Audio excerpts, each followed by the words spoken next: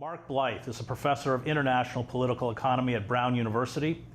He is the refreshingly blunt and lucid author of Austerity, the History of a Dangerous Idea, an economist and political theorist who, rather than obscures the truth, strives to elucidate it. Mark, thanks. Pleasure. So let's talk about this mechanism of austerity, which after especially the global financial crash of 2008 has been the weapon in the hands of the elites, wielded against the rest of us. How did it come to pass, and how do they rationalize it? All right, so let's take the two of them. How did it come to pass?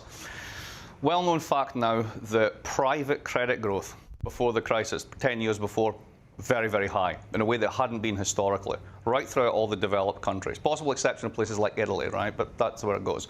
Now, why is that? Because you've got stagnant wages. So we know the story about stagnant wages. Basically, if you go to the bottom 60% of the US income distribution, include inflation, you haven't had a real wage increase since some people date 1979. So you fill it in with credit.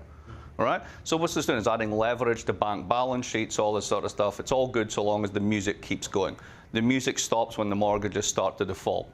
At that point, you've got huge, highly levered financial institutions that constitute, in terms of their assets, percentages of GDP in the order of 10 or 12. Just explain leveraging, I mean, what that means. Basically, I have this much stuff that I can swap for cash if I'm in trouble. I have my loan book that's this height. So if my loans go bad by this much, technically I'm underwater. And if my investors see that, they dump my equity and I fall to zero. All these banks are each other's hedges. They're all each other's contract holders. We discover systemic risk. The governments of the world crap themselves, excuse my language, because that's what happened. They suddenly discovered they had this huge financial liability. They had to bail it out, and bail it out they did. But the minute you do that, what you're doing is you're taking private debt and guaranteeing it through bailouts, recapitalizations, cushioning the effects of recession by generating a huge amount of public debt. Now, the markets who have just been bailed out, they don't like all that public debt, which is actually a lie they do because it's an asset. We can get to that if you want. But they want that cut. Now, how are you going to cut that? You have to cut down government spending. Well, who cuts down government? Who benefits from government spending? The bottom of the income distribution that's already up to the net in the private debt, which has just been bailed out.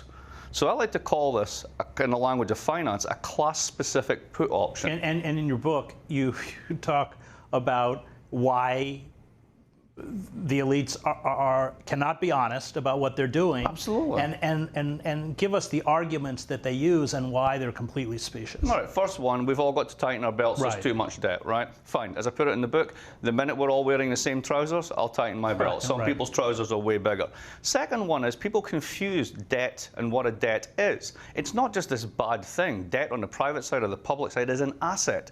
The people who got bailed out got their assets bailed out. Very, very simple way of thinking about this. I have a mortgage. You might have a mortgage. Somebody watching might have a mortgage.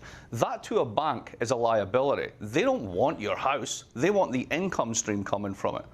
My asset is my house. My liability is paying the mortgage. It all sums to zero.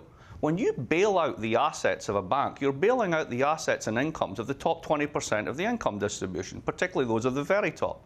So when you've just done that, they're not going to turn around and say, hey, maybe we should pay some extra taxes because we got bailed out. No, they want to put that on the other part of the income distribution, the ones who are now being told, we can't have this, you need to pay more, your education can't be free, etc. And one of the points you make is that for the elites, the austerity programs don't actually affect them because their children are not going to public schools. They are not dependent on welfare. They can live in hermetic worlds that are divorced from social services and government programs that are vital for the underclass. Absolutely. Not just the underclass, the middle class. It used to be the case that Pell Grants constituted 40% of the cost of education. Now it's a fraction of that. Congress has done nothing to stop student debt building up at the same time as incomes have stagnated. A definition of a bubble is you have a huge amount of debt and the income stream coming in to support it can't pay for the debt. Which is what's happening with student debt. That's what's happening with student debt. This is all a consequence of belt tightening for some, but not for those with the most. And so austerity, although you marshal the evidence in your book, although it is a program that not only doesn't work but has never worked, it continues as policy because austerity is a mechanism by which you prohibit inflation and by which you make the underclass pay for essentially the private activities of banks. Absolutely. Hedge funds. I mean, think about this in terms of who gets to vote. So everybody in principle gets to vote in a democracy, but who actually votes? Turns out the poor don't turn out. Turns out the old with assets turn out way more even than young people. So how is that going to be skewed? I want my pension protected. Damn right you're going to pay for that bailout, even though I'm morally against it. So you end up with a politics that pushes governments in the direction of always saving financial institutions and then putting the costs on those who, guess what, probably don't vote for them. Talk a little bit about the downward spiral, which we especially see in Europe, but also in the United States, of continuing a policy that hasn't worked and isn't going to work. This is the most puzzling aspect of this from any kind of like neutral perspective. From political perspective, we just explained it, but let's think about it this way. So bear with me for a minute. Imagine the economy is a sum, and on the top you put the number 100, and on the bottom you put the number 100. So the 100 on the top's the debt, 100 on the bottom's the economy. You've got a 100% debt to GDP ratio. Now we've got to cut spending, we're in trouble. So let's slash 20 off the bottom, we'll cut spending by 20%. Your debt to GDP ratio, 100 over 80, is now 120. You can generate more debt the more you shrink. Heard of Greece? Right, Greece has had a 57% increase in its debt since the financial crisis and the bailouts that it was given. Because of the bailouts, the terms of the bailouts, which shrunk the underlying economy and meant that the debt on the top got bigger rather than smaller, even though they haven't issued a bond in years. That's the incredible inequity that goes with this. Now, why are you doing this? Because you're guaranteeing the sanctity of the contracts of the bondholders who are already there. They will be paid. That is the mantra of the German finance ministry and also more sotto voce, the Italians running the European Central Bank. And yet it's a dead-end game. Of course it's a dead-end game, because here's why. In the past, you could almost do this if you had much higher rates of growth in the global economy as we had in the post-war period, or if people were less indebted on the personal side, right? So you can punish people if the economy bounces back. They'll take a hit for a few years, and they'll forget it, and they'll forgive. But if you've said to them, in order to have a basic lower middle-class lifestyle, you need to be in debt up to your eyeballs, then you have a crisis, and then you say, I'm going to cut everything. There's no way the economy can grow fast enough, or their incomes can grow fast enough to actually pay all this stuff off. So it's just a game of fictions. They keep rolling it over. Bankers call it extend and pretend. That's exactly what it is, no more so than in Greece. But it's terminal. It is terminal. I mean, think about Greece. Greece has lost nearly 30% of GDP, depending on how you count it, 30% of final consumption, about 20% of the economy in general. Anyone with skills and talent has left. You're left with a bunch of pensioners. They don't export much. What exactly is the end game? Nothing. Just simply extend and pretend. And you've seen this in Eastern Europe. I mean, 2 million Poles work abroad, almost all of them young people. Absolutely. And of course, people point to the Latvian miracle that proves austerity. There's a country that's half the size of Brooklyn, New York, that basically intermediates tax dodges from Russia. And this is held up as a shining example by the global elite. And spends money buying weapons from NATO. Yeah, yeah, really. That's a good value for money right there. Great, thanks. When we come back, we'll hear more from economist Mark Blyth. On Contact with Chris Hedges. Welcome back. We'll continue our conversation with Professor Mark Blyth, author of Austerity, The History of a Dangerous Idea. So austerity has been exacting more and more blood, both within the European economy, the EU, as well as within the United States, and you're seeing rumblings of revolt. The Occupy movement would be an example, and Brexit. And maybe you can talk about what you see happening now within the political landscape, because austerity is not an economic, it's a political idea. Absolutely. I'd also throw a lot of what's going on with Trump into this. I think it's very useful to take the left and the right distinction and throw it out for a minute. And just think about also the surge in support for the National Front.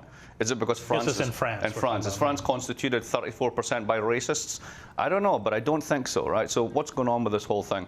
There's a brilliant graph that's being generated by an economist called Branko Milanovic in his new book, Global Inequality. And what it does, it shows this kind of S-curve. Now, very briefly, what it does is says, if you're in the developing world over the past 30 years, because of neoliberalism and other factors, opening up to trade, China, etc., your income's been going up. Where it starts to go down is the 65th percentile of the global income distribution. That's the poorest person in the United States. And it goes all the way down to the 87th and doesn't pick up again. That's the middle classes. That's their incomes being locked beaten down, being told to pay more, permanent austerity, the whole lot. And there's a reaction that says, well, wait a minute here. I've done all the things you've told me. I've flexibilized, I've gotten out of unions, I've been mobile, I've taken on skills, I've taken on so much debt, it's ridiculous. Why are things not better? Why do I think my kids' future is going to be worse? And that inchoate set of rumblings, which found one voice in the financial crisis, has now really turned against the mainstream parties in Europe. If you look, I'll give you one example. The Social Democrats in Germany, they got 19% in the last election in an area of Germany called Baden-Württemberg. That's unthinkable. They're on 2 cycles away from being a dead party. The British Labour Party, exactly the same. The Democrats might be going the same way. There's a big set of revolts going on, and Brexit is very similar. It's not about Europe. It's an opportunity to give the elites a big telling off, and that's exactly what it was. And what do you, when you look at Brexit, what do you see coming out of that severance of the United Kingdom from the EU? Is this going to trigger a kind of domino effect with other countries leaving the EU? That's the fear. Whether it does or not, I don't know. I mean, one of the ways I think about this is the effect being Scottish, right, and what will happen with Scotland.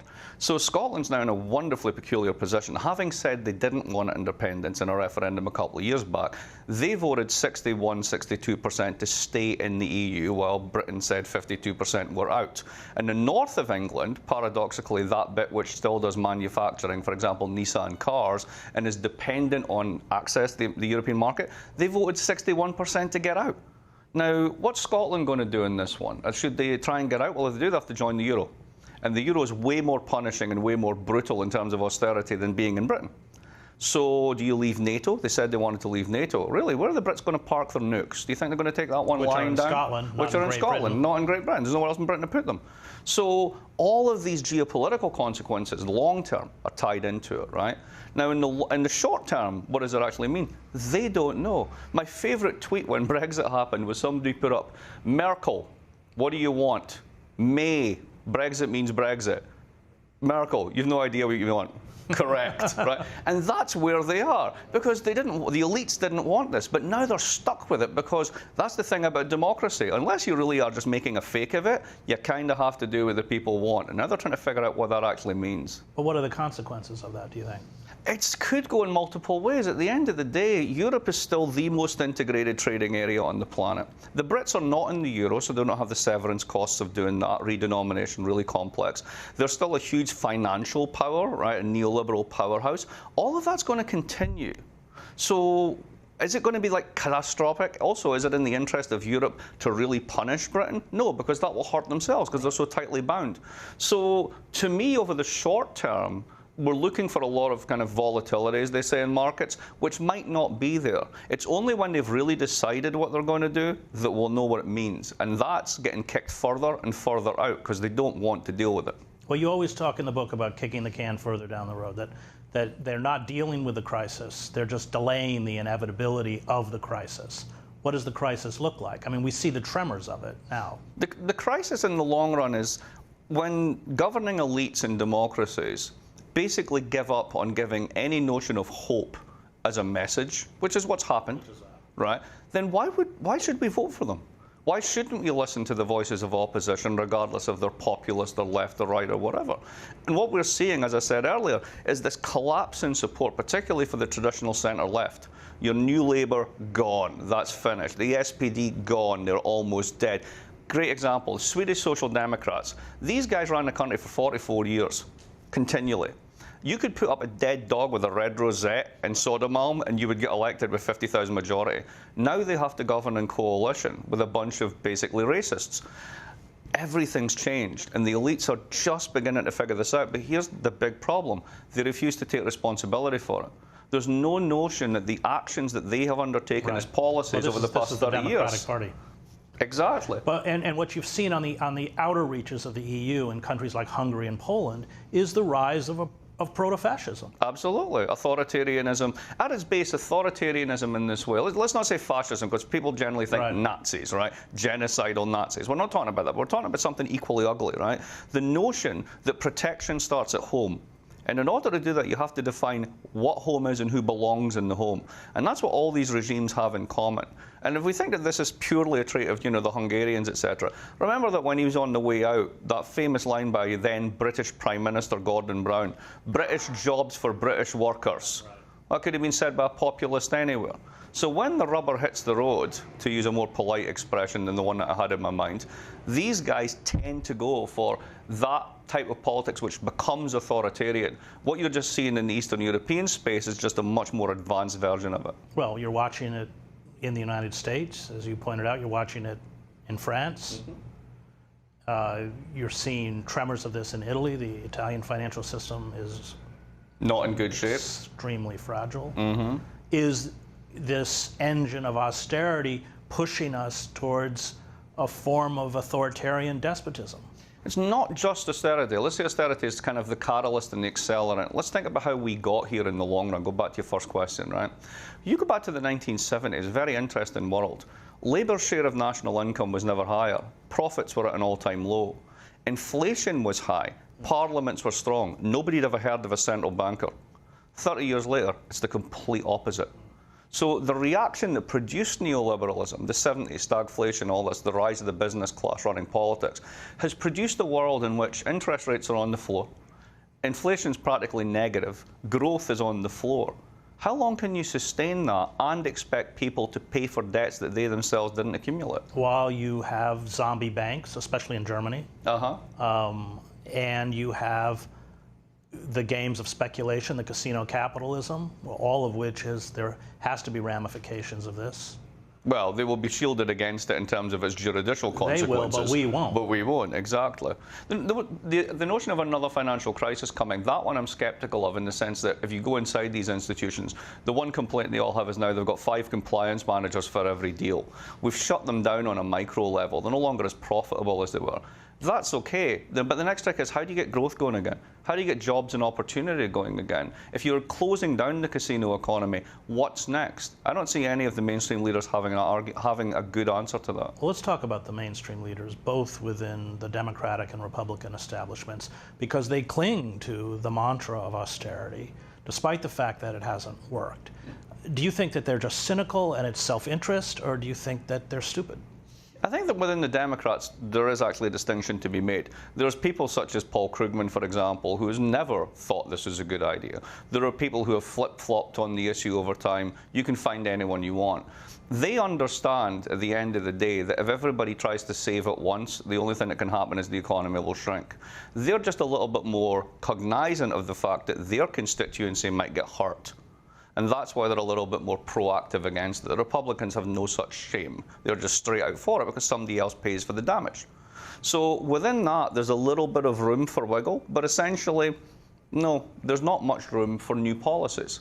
How do you think about transforming the opportunities of 20 and 30-year-olds now? Why are millennials more in debt and yet less likely to achieve the income gains? Well, but we hear them chanting, this is, we were talking about Thomas Frank's new book, where he does a nice kind of profile of this. They chant this mantra of innovation. Yeah. As if that's a rational response to deindustrialization. Well, I always like the line by Ha-Joon Chang on this, The Economist. He says, which country has the most entrepreneurs? And the answer is India, and the reason is because that's what you do when you can't get a job. So it depends on what you mean by innovation. So this kind of Schumpeterian fantasy that sort of the world is run by people like Elon Musk, etc. A favourite example of this, I don't have it on me, we switched it off, is the iPhone. Pick up your iPhone, it's got six critical components, right? 5 of them were directly the result of public investment in the United States. Lodestar, GPS, TCP, IP, they were all government projects that we handed to the private sector and people made a fortune off of. I want my equity share. Why don't we have that discussion? So there are things that government could do. Fiscal policy would be the most obvious one. But we've scared ourselves into a position of financial dominance that we refuse to even contemplate alternatives, which are very easy to do. And as you look at the weak economies in Europe, and you look at the half of the United States now living in poverty, and you look at the inability of the elites to veer away from this ideology, what do you see happening to these economies? The creation of a kind of neo-feudal order? Where are we going? Well, and again, it depends on what your relative baseline is. So the East Europeans are a good example. Some of them are becoming very much more authoritarian. Others aren't. Romania's an interesting example of this, right? It was a large economy out there. There's an interesting thing that's happened in terms of, if you think about the baseline for East European economies in terms of wages and incomes being pretty low, and then Western Europe being very high. Where have the Germans who export all their stuff been moving their supply chain? East. Now, that's real income gains for the people in the East, and that's the 8% surplus for the Germans. Now, the problem is under the euro, what does France and Spain and Italy do? If you're in the same currency, you're meant to run a deficit to contract their surplus. Right. You're not allowed to by the rules. So they're being asked to run permanently tight policies while the rest of these guys make out on exports. I don't see that one ending too well. That's going to be a product line that basically goes from Italy to France to Spain. Italy hasn't grown more than 1% since it joined the euro. It's the same size it was in 1992. With an old population, that's unsustainable. Great. Thanks, Mark. Pleasure. That was Professor Mark Blyth, author of Austerity, The History of a Dangerous Idea. Austerity passes the cost of the financial elite's massive fraud and criminal activity to us. The rich, who are bailed out at taxpayer expense, are not affected by austerity measures. Their children attend private schools. They don't use government services such as welfare, student loan services, or Social Security. They select and fund our political candidates to exclude anyone who might challenge their privilege and entitlement. They are not affected by soaring health care costs or trashed or non-existent pension funds. Austerity is our problem. Donald Trump and Hillary Clinton will not obstruct the exacting cost of austerity, even as it distorts our economy into a form of neo-feudalism, of masters and serfs. If we want to halt the pillage, we will have to carry out acts of non-cooperation and civil disobedience. Only then can we free ourselves from the chains of austerity forged by our corporate oligarchs. Thank you for watching. You can find us on rt.com/oncontact. Until next week.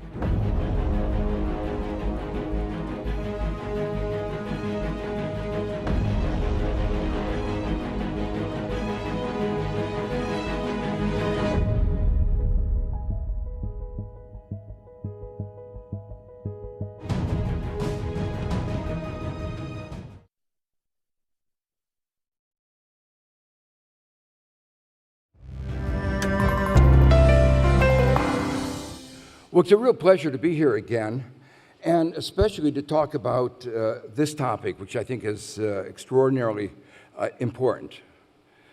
Yesterday's discussion, I think, probably made it clear that all is not going well with the global economy. And much of the blame is being placed on Trump and his particular brand of populism. But I think we should be clear, many of these issues would have arisen even without Trump. Anti-globalization is a reality in many countries. Economics is not the only factor contributing, but it's an important one.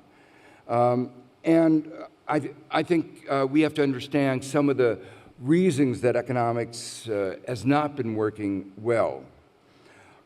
What Trump has done, I think, has been to hasten the day of reckoning. He may be ignorant, more nativist than one would have expected, certainly than one would have hoped from the United States. But Trump has accomplished what he has partly because he has gotten the assent, even the support of many leaders of his party and the business community who would have hoped, we would have hoped, they would have bridled at his misogyny, at his racism, his ignorance, his protectionism. But instead, they've been essentially licking their lips at the benefits they get from the tax cut and the hope for deregulation. Actually, I've been reading in response to what has been going on in the United States a lot of about the rise of fascism in Europe in the 1930s. I've been spending some time in Spain, where obviously the memory of fascism is still very, very clear. And as happened with the rise of fascism in Germany and Italy, which is brilliantly described in a book I recommend to all of you called Anatomy of Fascism by Robert Paxton, it was short-term thinking of those who went along that prompted the recognition of the long-run dangers. Here, the short-term thinking, as I say, centered around the tax cut for the rich and the corporations. I don't think many people outside the United States are fully aware of how bad a tax bill it was, particularly in the context of what has been going on in the United States. It, together with the expenditure increases enacted less than a month later, increased the deficit GDP ratio by some 3% in a country already with a deficit GDP ratio of 3%, going essentially twice beyond the strictures of the Growth and Stability Pact here in Europe, in an economy already at full employment. If the United States had been an emerging market, a developing country, the IMF would have come down like a hammer and said, you're irresponsible. They actually did say they were irresponsible, but they have a lot of power over emerging markets in developing countries. They have no power over the United States.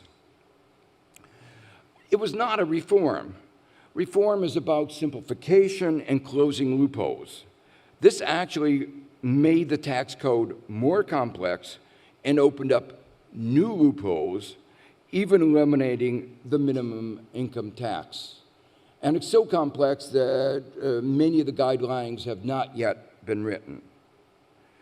But to me, the most egregious aspect was the unfairness of the tax bill.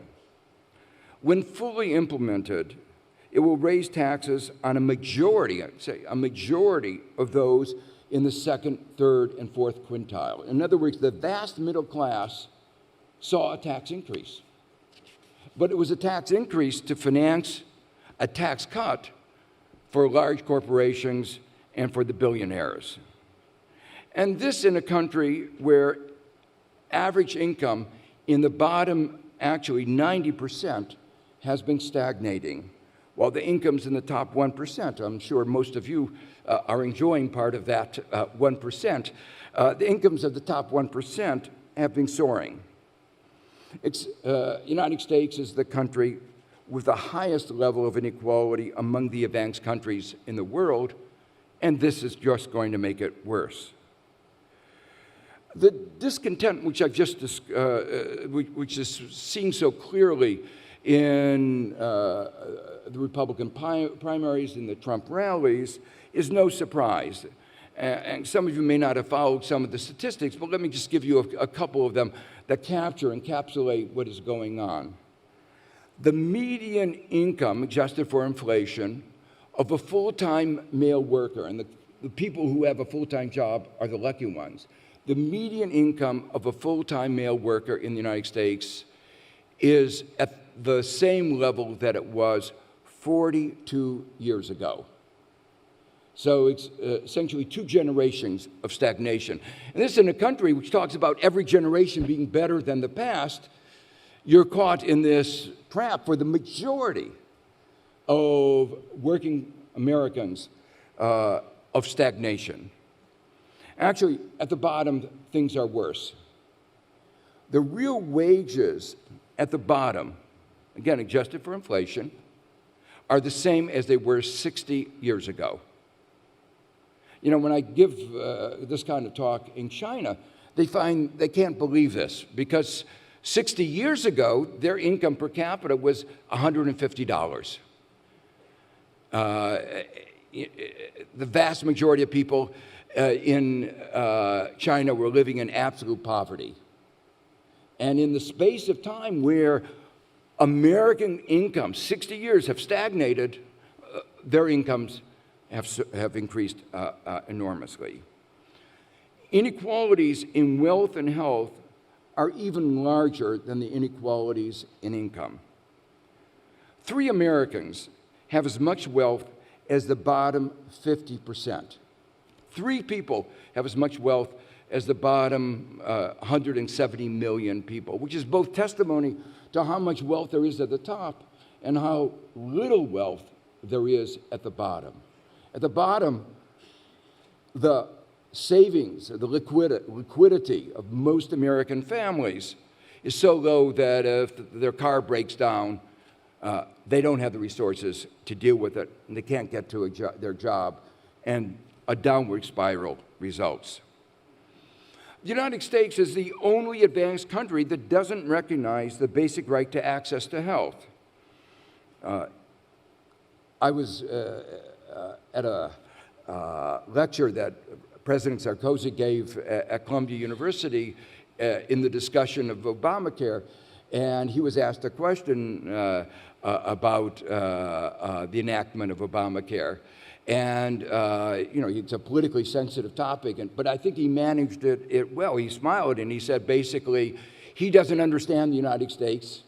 In every other country, every other advanced country, the right of access to health care is a basic human right. And so to him, it was not a question. You have to have some way of ensuring that in the United States, but we still have not succeeded. And this is now being reflected in some of the statistics that are devastating. The United States life expectancy is on the decline. We have the best science. It's not for lack of science. We understand better how to extend life. And those advances in science are having effects everywhere in the world except in the United States, where life expectancy is in decline. And the reason for this is what Angus Deaton gave a talk here last year.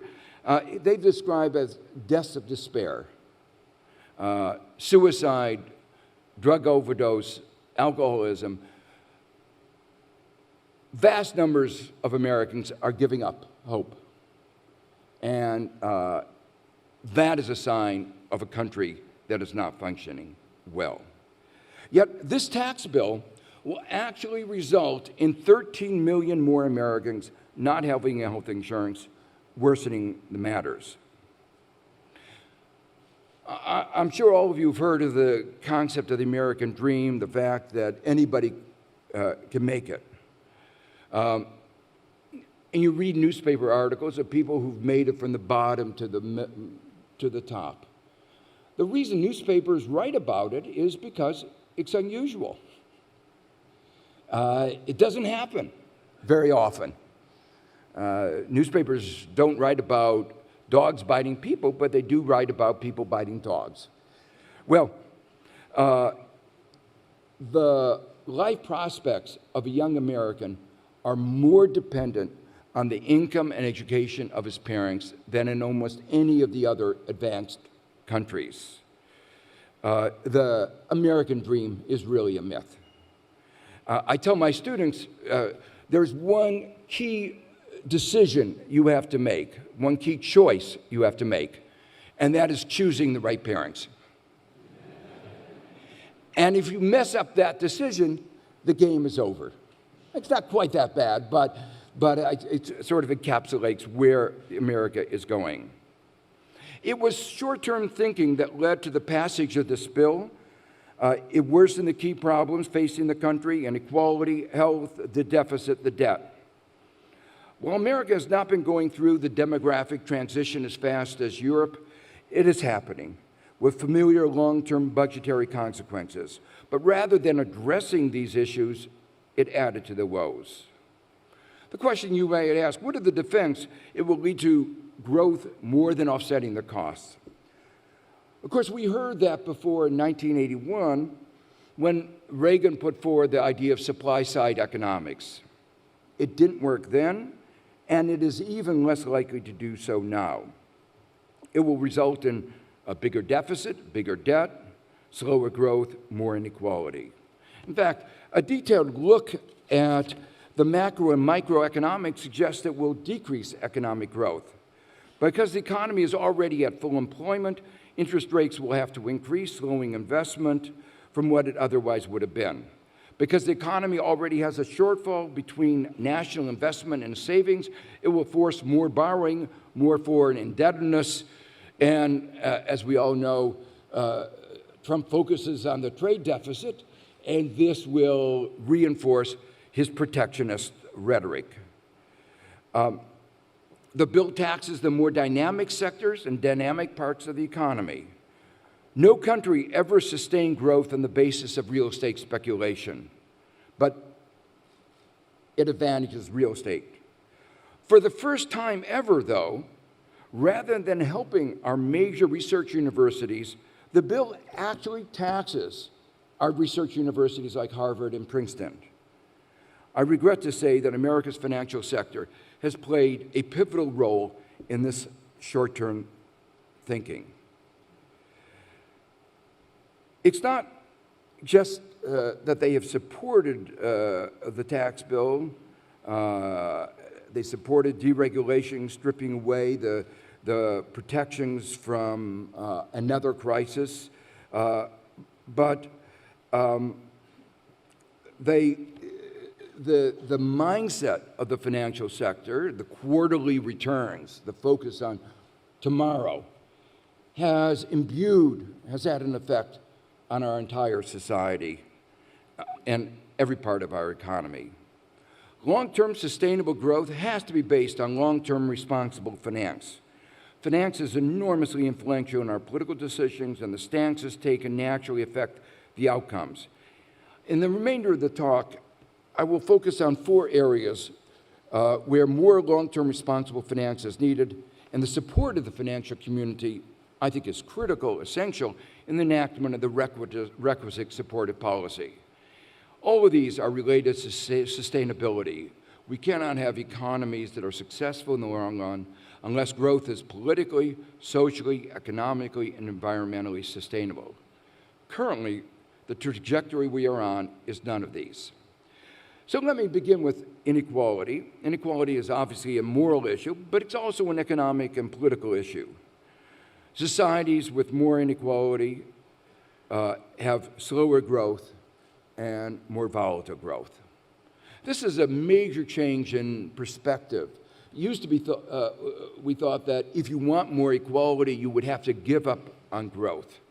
But today we realize that equality and growth are complementary, that they work together. And the empirical support of this is coming out of actually some of the sources that you would not expect. The IMF has been arguing over and over again that equality is important for long-run macroeconomic performance. And as most of you know, the IMF is not a left-wing institution. Let me describe some of the reasons for this. I've already pointed out that our current model is not sustainable without political support, and given the degree of inequality, it's not a surprise that political support is waning. There are many dimensions of this inequality, but 2 that have received insufficient attention in the financial community. The first is that race and gender discrimination is rampant in the United States and in many other countries, both in employment and in lending. 40 years after the passage of our civil rights laws in the United States, at least one of our major banks was caught engaged in massive discrimination. Secondly, the issue of inequalities across generation. This generational divide is a very important divide that has not, I think, gotten the attention that it deserves.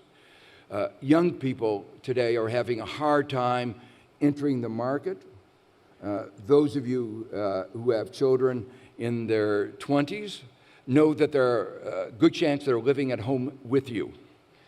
You might like the family togetherness, but you would like them to be on their own. And it would be better for them and for the economy. In a period when people should be gaining skills, they're sitting at home not working. And this is undermining long-run potential growth.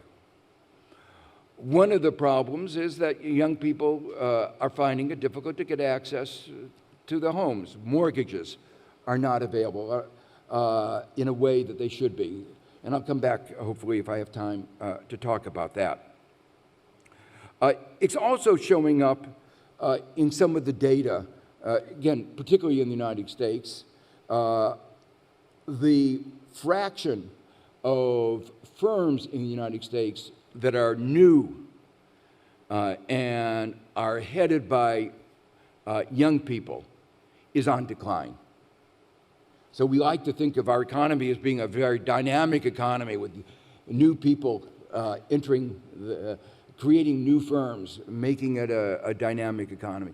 The data say we are becoming less dynamic in this particular way. And one of the reasons is the difficulty to get access to finance. The financial markets, the banks in the United States, have found it more lucrative to engage in other activities, writing CDSs, consumer lending, lots of other financial products, rather than the core mission, which is providing finance for new enterprises and expanding old enterprises. Let me just say a word about mortgages, because the mortgages that we had were responsible for the crisis of 2008. They were designed to explode. They were good for the short-sighted financial sector because they generated enormous fees, but they were not good for the people they were supposed to serve. There are better mortgage products, variable interest rate mortgages, but with variable maturity, with fixed payments, would have enabled people to maintain their homes rather than losing them with the massive foreclosures, the millions of people who lost their homes in the crisis. Danish mortgage bonds are another example. So there are other ways of providing mortgages that provide really access to stable finance, but our financial sector failed very badly with enormous consequences for the macroeconomy.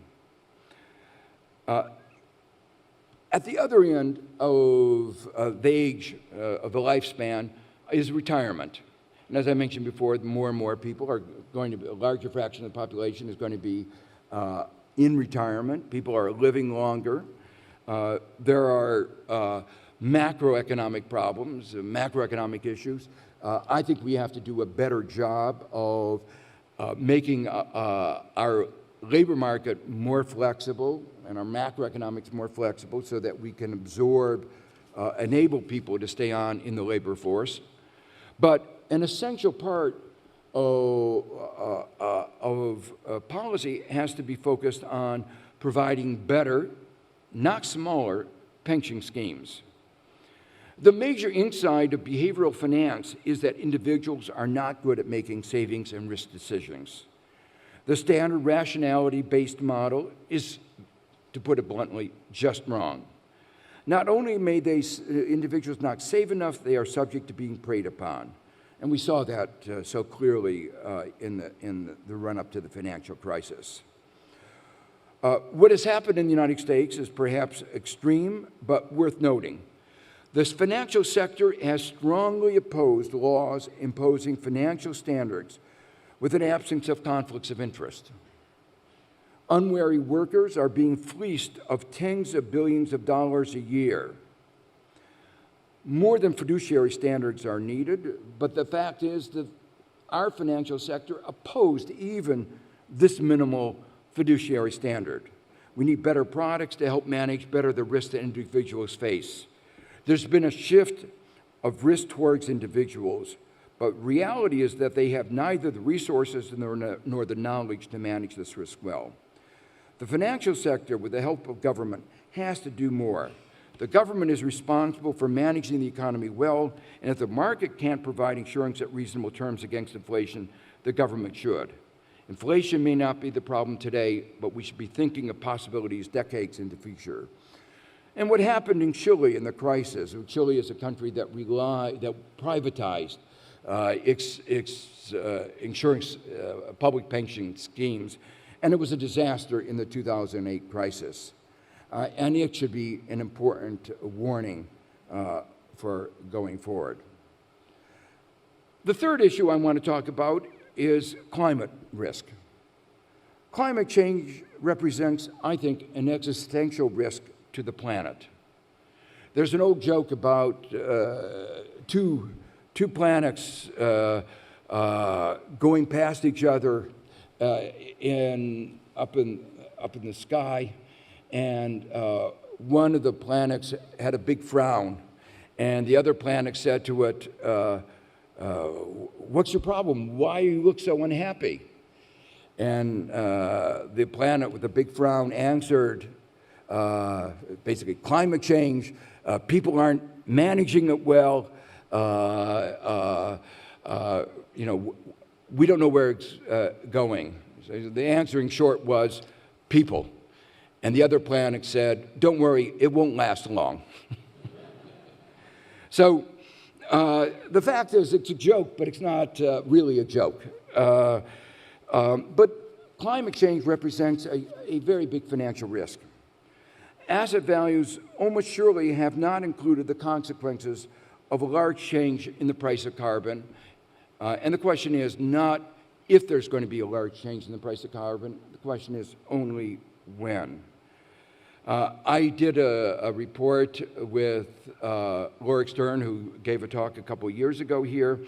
It was what price of carbon would enable the world to achieve the goal set in Paris of 1.5 to 2 degrees centigrade.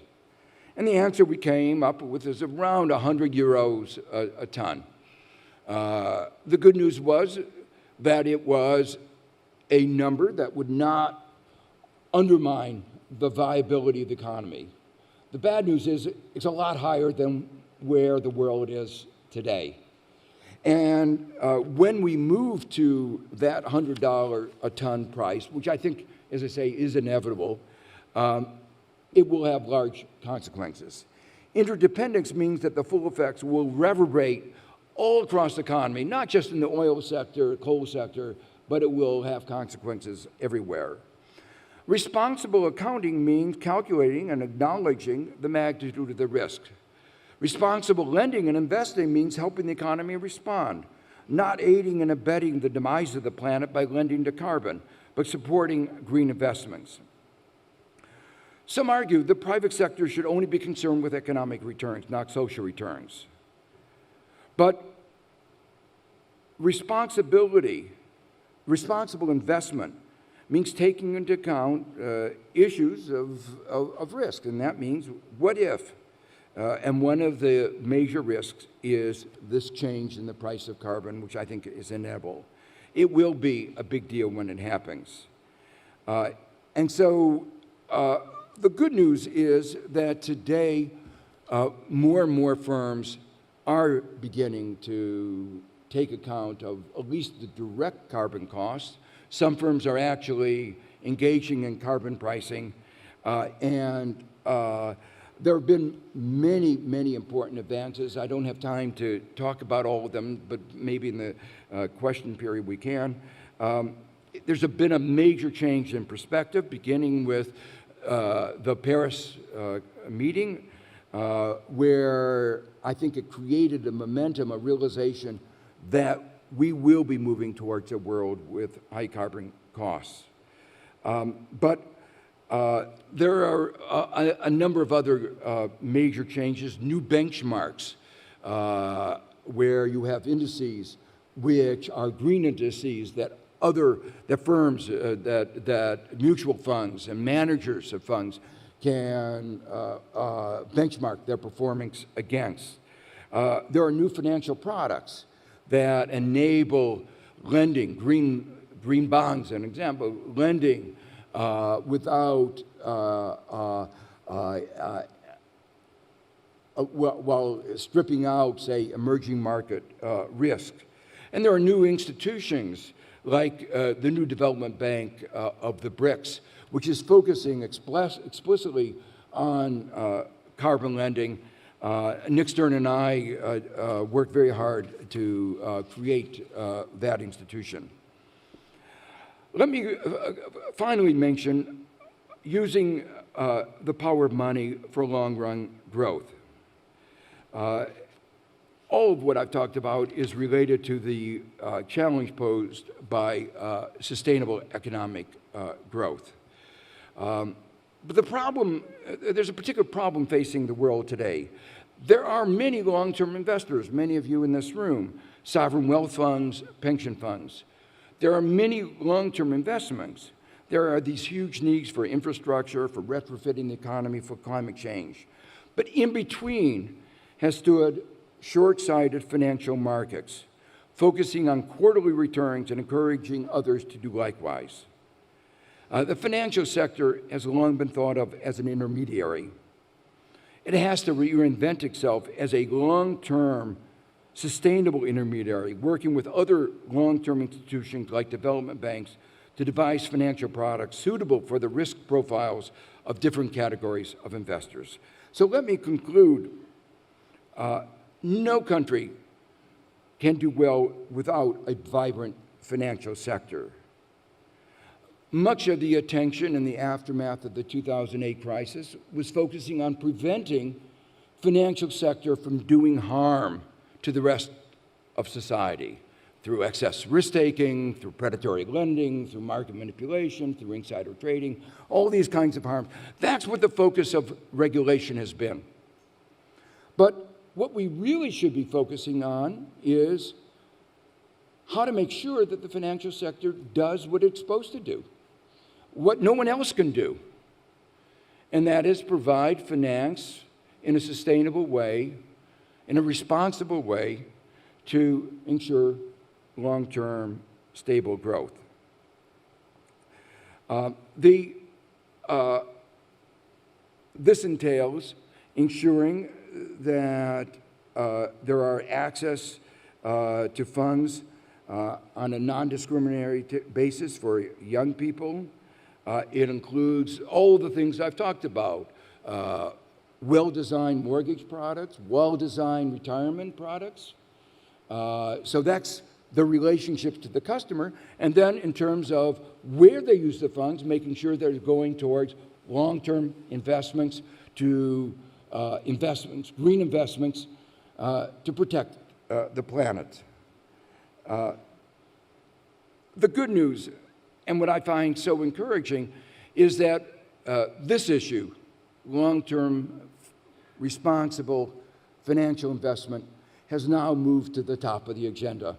And I'm so pleased to be here to that Amundi is raising this issue and putting it squarely on the table. Thank you very much.